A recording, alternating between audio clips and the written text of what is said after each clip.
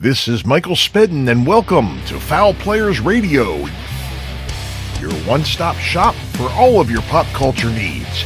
We feature interviews from musicians, actors, comics, dancers, authors, and much, much more, up-and-coming artists and beloved favorites. We've got it all, people on stage, backstage, out front, and behind the scenes. Sit back and relax. Let's have some fun.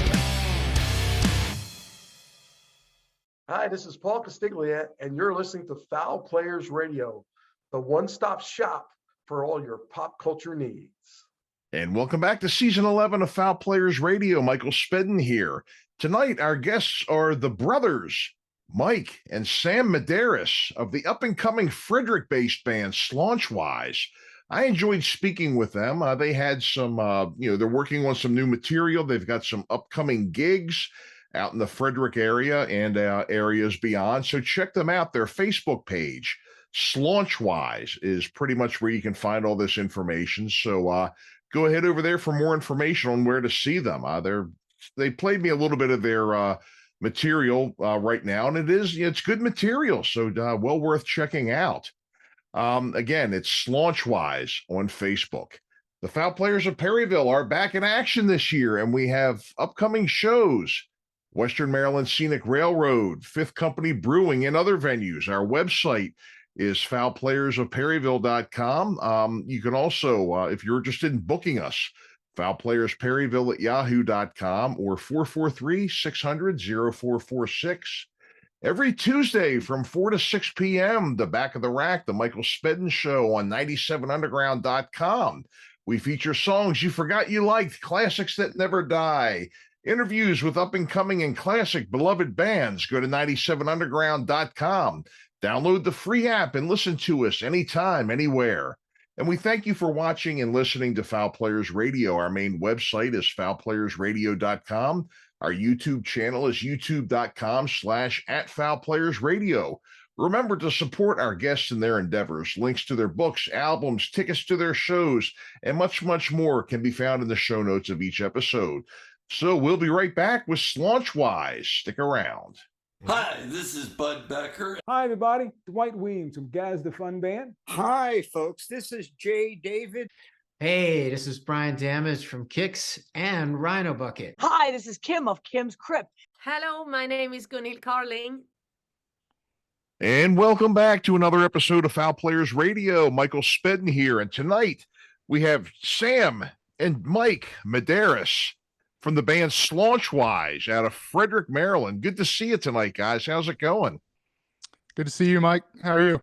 It's good to be seen. Good to be seen, guys. And so, you've been playing a bit up in Frederick. You're another Maryland act.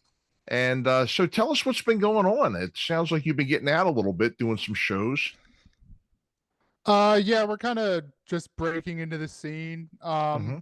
We got a show coming up December 29th at Cafe 611. We're playing with our friends Volumetric Thing. Our drummer, our stand-in drummer, is the bassist for that band. So we have a pretty good relationship with them. Oh wait, actually no, they're playing the next day. My bad. We usually play shows with them. I had to correct myself there. But we're playing with a bunch of metal bands at Cafe 611, and it should be a fun time. That's great. That's good. Are you guys? I know you had sent me a couple of songs that you've written, and you're working on recording and everything. Are you primarily originals now, or are you doing covers and originals, kind of a mix? We really only play originals. Okay. We've tried a couple covers, not really live, but we tried them in practice. And, one of these days we might pull one of them out. But for now, we're just trying to push our stuff as much as possible, Right. Well, that's always what I did, too. All the bands I was in were primarily original. We may have had, as we were building the list or building the set, had a couple in there, just to fill in time, wise, because you have to do a certain amount of time. But that's always what I did too. It's a lot more. I mean, you find it to be a lot more gratifying, very satisfying to be playing your own stuff.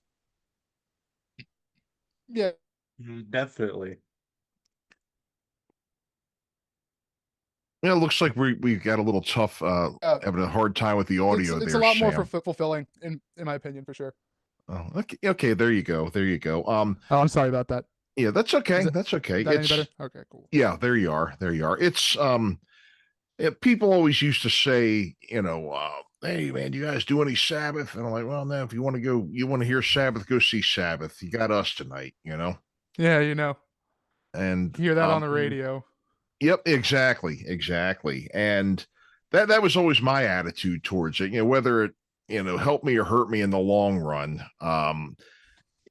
There's something about going out there just kind of being true to who you are and giving the crowd you as compared to doing now. I mean, it's not to say that the cover bands are without talent, or it's not to say that what they're doing is necessarily bad, but I was just never satisfied with going out and doing other people's stuff, you know? Yeah, I've seen some great cover bands in the past, but it's just Mhm. it's not my thing. I'm not a huge fan of playing covers, so I don't know. I'd just rather go out and play my own thing. It just feels better. Mhm. Now, what era did you guys kind of grow up in, and who were the bands that kind of inspired you to get into playing music? Mike, you want to go ahead? Yeah, sure. It's funny, we probably have very different bands, and we're brothers, but we listen to different music. For me, Mhm. it was kind of like, Foo Fighters, Mhm. Incubus, those kind of bands like early 2000s rock. Mhm. Um, I very much like Tool growing up a lot. Some hmm, that's about it for me. What about you, Mhm. Sam? For me, it was a lot of like the melodic, like hardcore stuff of like the mid 2000s, like early 2010s. So like Kill Switch Engage, Rise Against, like All That Remains, and then eventually I got into some of the like harder, like gentier stuff Okay, yeah, that's yeah, that I can kind of see as I those got being. older, like Oh, okay. like It looks like periphery and freezing up on us just some like again come all over the here. place. Yep. Oh, I'm sorry about that. Hold on. I don't know how I could fix that. Mm. Not exactly sure. Happens to the best of us, though. But I can kind of understand what you Yeah. were saying. The kind of bands that you liked and everything growing up, and the Okay. ones that kind of inspired you to do this here.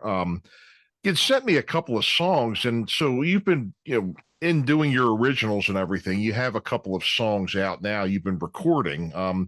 Is there a studio out your way where you've been working? Um, no, I've just been recording in my living room. Oh, okay. Using your own equipment. Yeah, I bought myself a little interface and some cables, and we've just been doing that. We're shopping around Hmm. for studios right now, but for now we're just recording demos and getting that stuff out there. It makes good sense to work on that stuff ahead of time on your own. I think you'll find it to be, and this is just my opinion, that you're going into the studio paying X amount an hour. You really don't have the time to fool around and try different things when cha-ching, cha-ching, cha-ching every minute. Um, you know, Taking the time and recording things and bouncing stuff off of each other and trying different stuff is really a good way to go, I think. Um, on your own first, and then when you go in, you get your ideas set. Is that kind of what you're working, like kind of what you're doing now? Yeah, it's nice to be able to like improvise a little bit Hmm. while you're recording, which for sure if we were paying money to do it, I'd be a lot more like, we can't really mess around right now, guys. Hmm. But it's nice to have that freedom to just like, hey, this is a little cool thing. Let me practice it a couple times and get it right real quick for this song. Like I just thought of this, you know. Sure, sure. And so the two of you have been playing together for a good while now. Was this the only band that you had been in together? Had you done other stuff in the past? Huh. We had like one garage band thing going on in high school that wasn't serious at all. But this is the first time that we've played in a band together, like in front of people as adults. So it's been a lot of fun. Oh, okay. Okay. And the places you've been playing, you mentioned a couple of rooms, like Cafe 611 and Zen West. Tell us about your experiences there. Do you have any other, like any favorite rooms or any like places you kind of like to call home base or anything right now? Yeah, I'd say 611's probably home base. Mhm. Because you know they've been having us a lot. Shout out to them. Shout out to Ben, the sound guy out there. Mhm. They've been like really great to us and just consistently giving us shows and you know, people come to those shows and we get shows elsewhere. It's nice. Mhm. Yep. Yep. So 611's a good room and everything. Anything else out that way or maybe out of state or anything? Um there's talks of possibly going down south at some point. I Mhm. know Volumetric Thing, the band we've been playing with a lot. They know a guy in Texas that has a couple clubs Mhm. that he is in contact with down there. I know a few people in Florida that I might be able to get a show. So, you know, we're putting our feelers out. Okay. Yeah, I mean, where you guys are right now, it's a pretty good location because there's a lot, up and down 81 and up and down that you could be in Virginia, Northern Virginia, because there's some places there that are pretty good. You can go up to Pennsylvania, um, and even going out farther west into Maryland and even east into maybe the Baltimore region too. You're in a pretty good location with a lot of different rooms around, I think. Yeah, there's actually I think we were talking to a club in Martinsburg for a little bit there. You know, we Hmm. kind of lost contact with them, but we'll probably be playing a show out there sometime sooner rather than later. Hmm. Yeah, Martinsburg's a pretty cool place. And then you've got Charlestown, Winchester, some nice rooms down there, I understand too. Yeah. I mean, there's nothing like getting the word around and everything. Do you do a lot of you know, when I used to play years ago, the 80s, there was no Facebook, there was no Twitter. Um, your main way of getting people to come to your show was, as they used to call it, good shoe leather, getting out there and pounding the pavement a little bit, not just posting stuff online, but getting your flyers, making flyers, walking in and doing it face to face. Do you do any kind of networking like that or interacting with the crowd that way? Um, yeah, I've thought about going out and like busking to try to sell tickets. And I think I'm gonna do that for this next upcoming show, even though it's gonna be a little bit cold. But Hmm. I was gonna do it when it's hot, so it's all right. Yeah. Um, Also I the just think open that would, mics. Open yeah, mics. the Yeah. open mics. Hmm. We do a That's lot. a We do a lot of open mics. that's a good way of getting yourself out there too. I mean, because people get to they get to see a lot of acts they might want to play with in a short amount of time. I mean, you're up there just doing like a quickie. What do you get, like 3 songs or something for those? Yeah, like Yeah, 2 or 3. It does. Yeah. Yeah, and it's a good chance to find people you'd want to play with and people you can always hook up with and everything. I can remember, it was really kind of expected by the club owners, back in the days when I was playing, just to kind of compare, it was to you had to make flyers, you had to get out there. They had better, if they booked you for a show, they'd better have seen you out there handing out flyers, shaking hands, kissing babies, the whole thing, to attract people into the club, handing out cassettes and that sort of thing. And it's a different era though now. So many people. It's really hard to make money per performance, especially doing original material. And I think a lot of your money is really going to come more from merch. Having something out there to really sell. So I guess you're probably working on that. Got some stuff in mind. yeah. We should have shirts at our next show. Oh, okay. For sure. Yeah, Yeah. this will be the first time we'll actually have merch. Any big boy sizes?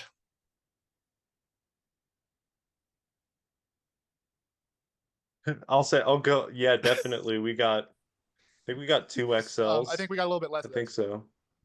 Okay. Okay. Got any threes? I'll buy one. I think we have a couple threes. Okay. Hey, let me know. Let me know. I'll definitely, I'll support you. You know, that's what I believe in. You know, really supporting the arts and shopping small and everything. You know, there's just, yeah, I mean, I think you'll find too. I mean, that's something that I've always kind of, that's kind of like a mantra on the show here is to look in the show notes and support the artists that I have on. I mean, there's a lot, especially now this time of year, man, there's a lot of great gifts you can get. Tickets to shows, books, albums, CDs, shirts, all kinds of merch out there. I'll give you a chance, you know, before we wrap up to if you have any links or anywhere we can find out more and get your stuff, to definitely you know, let us know where that is and I'll put it up for you. All right. Yeah, we don't have like any online shop or anything, but I'll give you like the Facebook links and stuff. Sure. You know, any way to reach the band, and then you guys can kind of take it from there, I guess is what we'll do. You know, so you know, coming up, I know, I mean, you had mentioned, you know, a couple of shows that you have coming up. You know, how far out are you booked right now? Mostly just kind of immediately, or do you have anything farther down the road too? It's been pretty interesting. It's been pretty much immediately every time. So Mhm. far, every single show we've played, it's basically been we play the show, somebody there is like, "Oh, hey, come play this next show." So we're about one show in advance so far. Sometimes we have two or three booked, but Mhm. right now it's just this one. That's good, and it's good to, you know, build yourself a good network of people out there. Yeah, it reminds me a lot of the scene. And just from you saying that, it reminds me a lot of the times from back when I was playing in the '80s and '90s, where we were competitive to a certain extent, but we were also kind of like a big friars club in a way. Where if somebody got an out of town show, especially New York City, the show before you played up there was always like your bon voyage party. And then when you would play, a lot of times there was a car caravan going up there of well wishers and followers. And sometimes a lot of people would ride with us. We get one of those rider trucks, put a couple of couches in the back. And we always had like a door between the driver's section and the back. But the more I think about that, you know, having people back in that compartment for 4 hours, we're lucky we didn't look back and see 20 people dead from carbon monoxide or anything, you know? Yeah, it's funny you say that. It's like everyone wants to like out musician each other, but nobody wants to see each other fail or anything, you know. Right. And that's always what it is right there. There's a level of competition there, but then you're also it's almost like a brotherhood in a way too. Yeah. You know, almost like a brotherhood. And yeah, and you know, what in the bands that you're seeing out there, you know, the people that you're playing with here, I mean, are you seeing a lot of originality? Are you seeing that the bands are more homogenous or more diverse as far as what they're doing? It's been pretty diverse. Mhm. Because you can get anything from like, you know, we played with this one band, Electric Circus, that like the one guy sounds a lot like Van Halen, and like you can tell there's a lot of that influence. Yeah, And you can get anywhere from that to like someone we're playing with will be playing like deathcore, and then another band we're playing with will like cover Snoop Dogg. And, you know, it's Yeah. interesting. You get a lot of different stuff. Yep. That was one of the differences. I think that was, you know, again, and I keep going back to my day, like I'm some old man sitting on a porch or something. But the one thing that I remember well about, you know, just being around Baltimore was like the bands looked good, the bands sounded good, but they were very homogenous as far as um, you know, pretty much the same look, the same sound. Um, Guns N' Roses come out, all of a sudden there's 5 guys in town wearing a top hat with a nose ring, that sort of thing. DC, when you play down there, it was almost a lot more anything goes, where, there were, a lot of bands that were, some of them were fairly mainstream. But there was a lot of guys down there that were just like almost like taking handfuls of spaghetti and throwing them against the wall and seeing what stuck, being very experimental and that kind of thing. And I think you probably, I'm not sure if it's like that now since I haven't been down there in years, but have you rubbed elbows with any DC bands or anybody from that area? I think some of the guys in Marshall Fuzz are from DC, aren't they, Mike? I couldn't tell you. I think so. Mm-hmm. But honestly, we haven't gone down that way very much. Honestly, every single direction we're going is like north and west, it seems. But just by chance. Yeah. I'm sure you'll probably get down there in your travels and everything, the more you're expanding out and everything. And but I think it's great that you're out there. You're willing to take the plunge and just do your own originals instead of going out there and kind of being like it's just, again, I don't think it's without talent or anything like that, but I just think a lot of those ways are just kind of tired and been there, done that. And okay, well, I'll tell you what, why don't you tell us about, your information? Do you have, tell us where we can find out more about Slaunchwise, how to find you, how to find out where you're playing and all that stuff. We've got Facebook, Instagram. We're on Spotify. We've got 2 releases out on there. Mm-hmm. You can go check it out.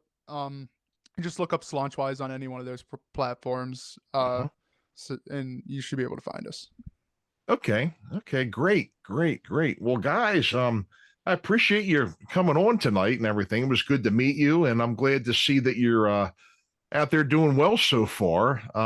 Please come back anytime. We'd love to have you. We'd love to hear how things are going with you, and the shows, who you're meeting, where you're playing, and what you're releasing. And again, we are big proponents of local original material. We're big proponents of the arts, small business in this area here. Again, we're all behind you here. So again, thanks for coming on. It was really great to meet you all and talk to you and everything. And folks, it's Slaunchwise, and all of their links we'll have in the show notes of the episode. So thanks again, fellas. We appreciate it. Awesome. Yeah, thanks for having us. Like every eyeball on us counts, and it means a lot to have someone bring us onto their show and everything. So I appreciate it, man. Anytime, guys. Okay, remember, folks, Slaunchwise, and we will see you all next time. And folks, thanks again for tuning in today to hear our episode with Slaunchwise, brothers Mike and Sam Medeiros of this up-and-coming Frederick-based band. I see some new things in their future, some good things coming around the corner. So make sure you stick around and follow them on their Facebook page for Slaunchwise. Information about their shows and everything else you can find right there on their Facebook page. And the Fowl Players of Perryville are back in action. We have shows coming up on the Western Maryland Scenic Railroad, Fifth Company Brewing, and other venues. FowlPlayersofPerryville.com is our website. If you're interested in the booking, 443-600-0446 or FowlPlayersPerryville@yahoo.com. And remember, every Tuesday from 4 to 6 p.m. Eastern Time is the Back of the Rack, the Michael Spedden Show on 97underground.com. Make sure you tune in, download our app at 97underground.com. You can listen anytime, anywhere. Put it on your phone, put it on your laptop. Wherever you go, we'll be there with you. And we thank you again for watching and supporting Fowl Players Radio. Our guests, information on our guests can be found in the show notes, all of their links, fowlplayersradio.com and Fowl Players Radio on YouTube, youtube.com/@FoulPlayersRadio. We thank you again for your support. Remember, hit that like and subscribe button, and we will see you next time. This is Michael Spedden signing off.